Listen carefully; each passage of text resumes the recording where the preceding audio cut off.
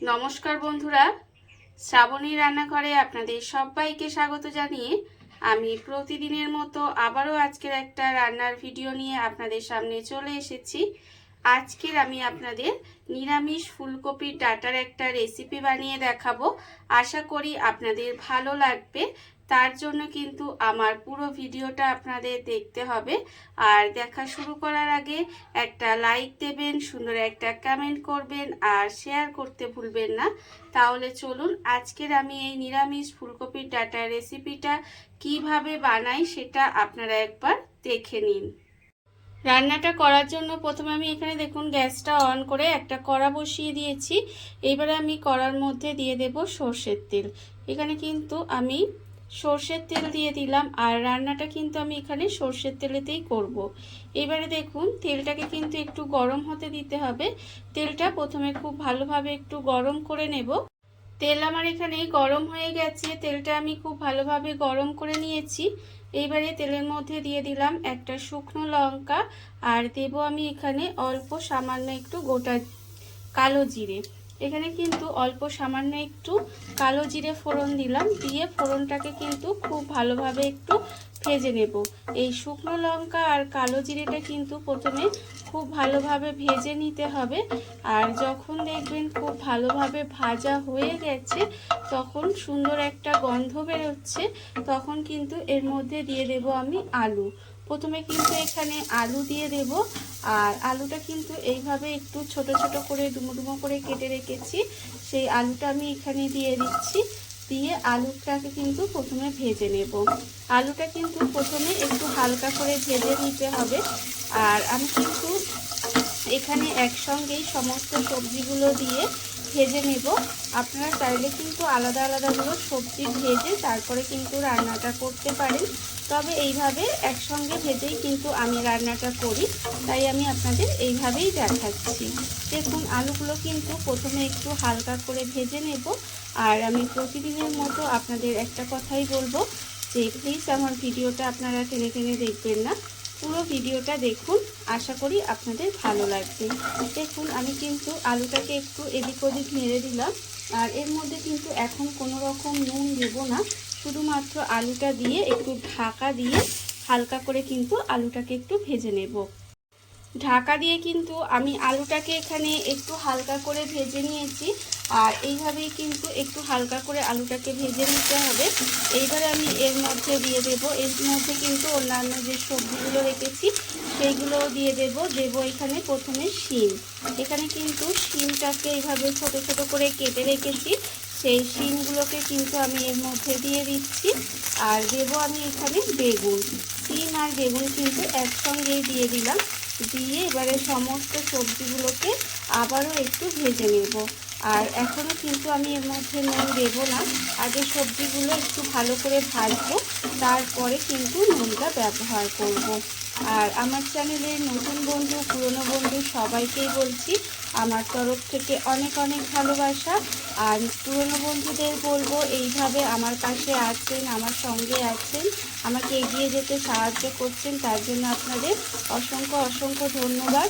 আর নতুন বন্ধুদের বলবো যারা আমার চ্যানেলটা সাবস্ক্রাইব করছেন তারা পাশে থাকা বেল বাটনটা অবশ্যই প্রেস করে দেবেন, যাতে আমি যখনই নিত্য নতুন ভিডিওগুলো আপলোড করি সবার প্রথম আপনাদের কাছে নোটিফিকেশান চলে যায় এবং আপনারা আপনাদের সময় মতো দেখে নিতে পারেন। দেখুন আমি কিন্তু এটা ঢাকা দিয়ে দিয়েছি আবারও, আর ঢাকা দিয়ে আবারও কিন্তু একটু সবজিটাকে ভেজে নিতে হবে।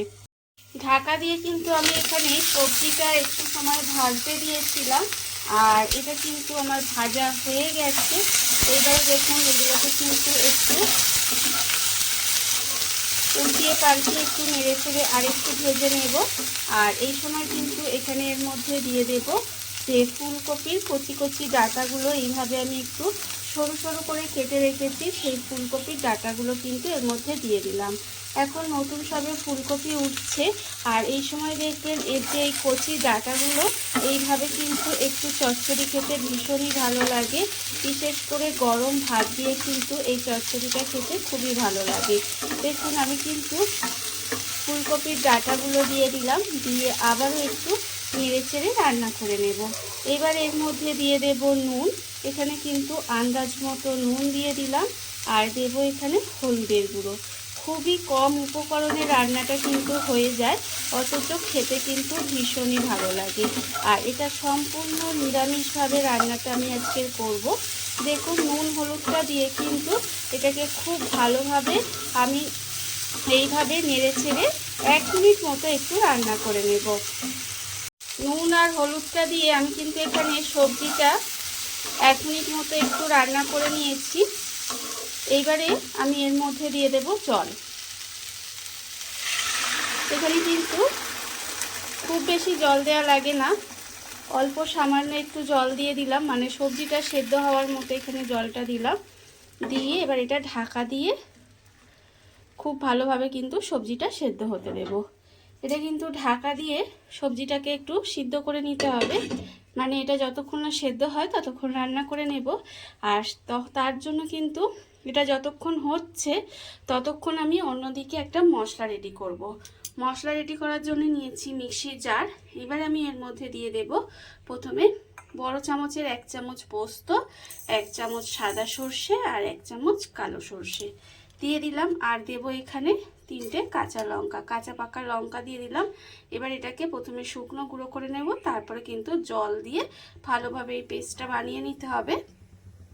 মশলাটা আমার এখানে রেডি হয়ে গেছে, মশলাটা কিন্তু এখানে রেডি করে নিয়েছি। আর অন্যদিকে দেখুন ঢাকা দিয়ে কিন্তু এটা বেশ কিছুক্ষণ রান্না হতে দিয়েছিলাম।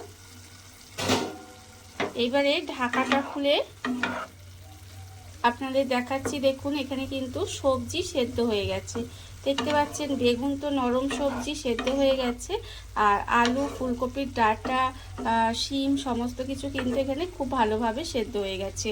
যখন সবজিটা খুব ভালোভাবে সেদ্ধ হয়ে যাবে তখন কিন্তু এর মধ্যে আমি দিয়ে দেব এই সর্ষে আর পোস্ত যে বাটাটা আছে সেটা আমি এর মধ্যে দিয়ে দিলাম। আর দেব এর মধ্যে এই মিক্সিতে অল্প সামান্য, খুব বেশি কিন্তু নয়, অল্প সামান্য জল দিয়ে মিক্সিটা ধোবো, ধুয়ে একটু এর মধ্যে জল দিয়ে দেব। অল্প একটু জল কিন্তু মিক্সিটা ধুয়ে দিয়ে দিলাম। দিয়ে এবার এটাকে খুব ভালোভাবে মিশিয়ে নেব। এটা কিন্তু মিশিয়ে আবারও ঢাকা দিয়ে একটু সময় এই যে জলটা দিয়েছি সেই জলটা কিন্তু একটু শুকনো শুকনো করে নিতে হবে। ততক্ষণ পর্যন্ত কিন্তু আমি এটা ঢাকা দিয়ে আবারও একটু সময় রান্না করে নেব। দেখুন ঢাকা দিয়ে আমি কিন্তু আবারও কিছুক্ষণ এইভাবে একটু রান্না হতে দিয়েছিলাম। এর ফলে কিন্তু রান্নাটা আমার এখানে প্রায় হয়ে গেছে। দেখুন আর কিন্তু আগের মতো অত জলো জলো ভাবটা নেই। এইবারে আমি এর মধ্যে দিয়ে দেব স্বাদের ব্যালেন্সের জন্য অল্প সামান্য একটু চিনি দিয়ে দিলাম। এই চিনিটা কিন্তু এর স্বাদটাকে ব্যালেন্স করবে, মিষ্টি কিন্তু হবে না। যারা মিষ্টি পছন্দ করেন না তারা কিন্তু নাও দিতে পারেন, তবে আমি একটু মিষ্টি দিলাম। এতে এটা মিষ্টি হবে না অথচ স্বাদের একটা ব্যালেন্স হবে, আর খেতেও কিন্তু ভালো লাগবে। দেখুন এখানে কিন্তু আমার রান্নাটা প্রায় হয়ে গেছে। এবার যখন নামাবো তার আগে এর মধ্যে দিয়ে দেব অল্প সামান্য একটু কাঁচা সর্ষের তেল ওপর থেকে ছড়িয়ে দেব। একদম ফুলকপি ডাঁটার নিরামিষ রেসিপি তৈরি হয়ে গেছে। গরম গরম ভাতের সঙ্গে এটা কিন্তু খেতে অপূর্ব সুন্দর লাগে। রান্না রেডি। এবার আমি গ্যাসটা অফ করে দেব আর ঢাকা দিয়ে কিছুক্ষণ রেখে দেব, তারপরে আপনাদের পরিবেশন করে দেখাবো ঠিক কেমন হলো। দেখুন বন্ধুরা, বাড়িতে থাকা কত অল্প উপকরণে কত অল্প সময় কত সুন্দর একটা ফুলকপির ডাঁটার রেসিপি তৈরি হয়ে গেছে, আপনারা দেখতেই পেলেন। আর এটা কিন্তু খেতে অসম্ভব সুন্দর হয়। এইভাবে আপনারাও একদিন হলেও বাড়িতে বানিয়ে দেখতে পারেন। আর এই ভিডিওটা যদি ভালো লেগে থাকে, আপনারা যদি ফেসবুক থেকে দেখে থাকেন পেজটি ফলো করে দেওয়ার অনুরোধ রইল, আর যদি ইউটিউব থেকে দেখে থাকেন চ্যানেলটি সাবস্ক্রাইব করে নেওয়ার অনুরোধ রইল। তাহলে চলুন ভিডিওটা আমি এখানেই শেষ করছি। আপনারা সবাই ভালো থাকবেন, সুস্থ থাকবেন। আবারও হাজির হব নতুন কোনো রান্না নিয়ে।